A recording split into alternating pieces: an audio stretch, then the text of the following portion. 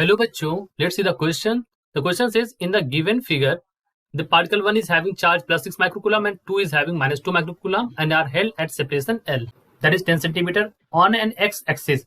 If particle 3 of unknown charge Q3 is to be located such that the net electrostatic force on it from particle 1 and 2 is 0, तो what must be the value of that? मतलब x और y coordinate बताना है, जब particle कहां पर रखोगी ये हमको बताना है, ठीक है। यहाँ पर तो वी हैव टू टेल कि पार्टिकल हम कहां रखेंगे। देखो अब इस क्वेश्चन को समझिए, इस क्वेश्चन को की कॉन्सेप्ट को समझिए। उससे पहले देखिए इस क्वेश्चन में है जो हमारा की कॉन्सेप्ट यहाँ पर अप्लाई होगा वो क्या होगा कि हमें सबसे पहले समझ में आज की पार्टिकल रखना कहाँ है।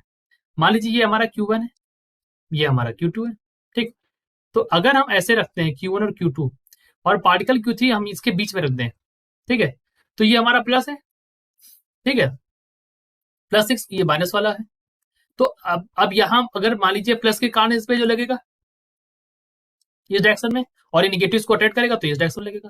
तो इस कंडीशन में क्या ये जो Q है इस पर नेट इलेक्ट्रोस्टैटिक फोर्स जो होता है वो क्या होता है, कांस्टेंट 0 हो सकता है? नहीं हो सकता। तो ये वाला जो अरेंजमेंट है तो पॉसिबल है नहीं।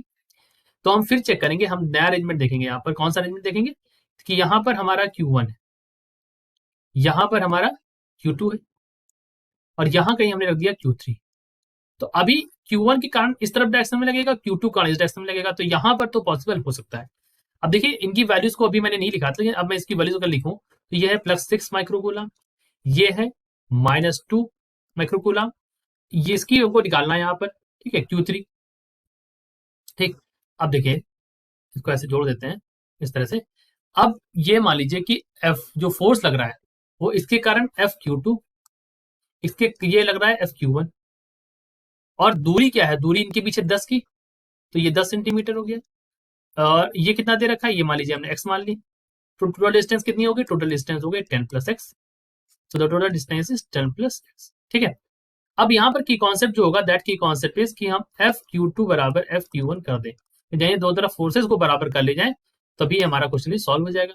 F की वैल्यू आप जानते हैं, F इज इक्वल टू क्या होता है ये भी आप ध्यान रखें, K Q1 Q2 by R², ठीक है। K मतलब 1/4 ठीक है।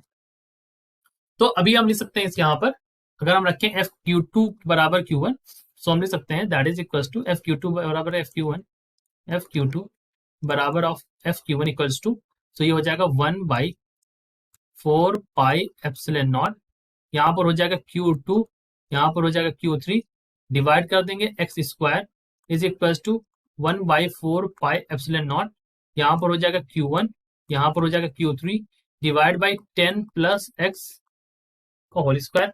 सॉल्व कर लेंगे तो 1/4 1/4 Q3 और Q3 भी हटा देंगे यहाँ से। तो Q2 की वैल्यू है यहाँ पर 2 × 10 की पावर -6, माइनस साइन अभी यहाँ पर नहीं लेते हैं हम, और ये x² क्योंकि मैग्नीट्यूड ले लेंगे दोनों तरफ, देखो ऐसे करेंगे, मैग्नीट्यूड ले लीजिए, ठीक है, इस तरह से। तो माइनस साइन हम यहाँ पर नहीं कंसिडर कर रहे हैं, यहाँ पर भी आप इस तरह लेते हैं 6 × 10 की पावर -6 और यहाँ पर 10 + x का होल स्क्वायर, इनकी पावर -6 हटा दीजिए, 2 × 3 = 6 हो जाएगा। तो यहाँ पर क्या हो जाएगा, यहाँ पर वैल्यू आ जाएगी आपकी 10 + x बाई x का whole square is equal to 3, ठीक। तो आप इसको √3 लिख सकते हैं, तो यहाँ पर वैल्यू क्या हो जाएगी, यहाँ पर मैं लिख सकता हूँ, we can write this as 10 + x is equal to √3x, ठीक है। तो यहाँ से अगर आप लिखना चाहें तो लिख सकते हैं 10 इज इक्वल टू, मैं यहाँ लिख देता हूँ, देखिए 10 इज इक्वल टू √3 - 1 × x, तो x की वैल्यू यहाँ से लिख दें 10/√3 - 1, ये वैल्यू हो गई। इसको सॉल्व करने पर वैल्यू आती है 13.69 सेंटीमीटर, ठीक है। अब हमें क्या पता करना है, हमें पता करना है कि चार्ज जहां रखेंगे उसके x और y कोऑर्डिनेट क्या होंगे।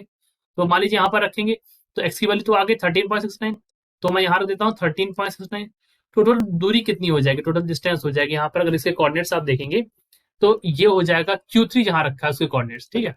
So let me right the coordinates of Q3, जहां पर Q3 रखा है उसके कोऑर्डिनेट्स हो जाएंगे, देखो 223.69, 10 + x करेंगे तो इसकी वैल्यू क्या आ जाएगी 23.69, ठीक है, 23.69 और कॉमा 0, यही हमारा यहाँ पर हो जाएगा कोऑर्डिनेट्स ऑफ दिस, और यही हमारा यहाँ पर क्या हो जाएगा, this will be our answer, this will be our answer. So I hope you understood it well, best of luck.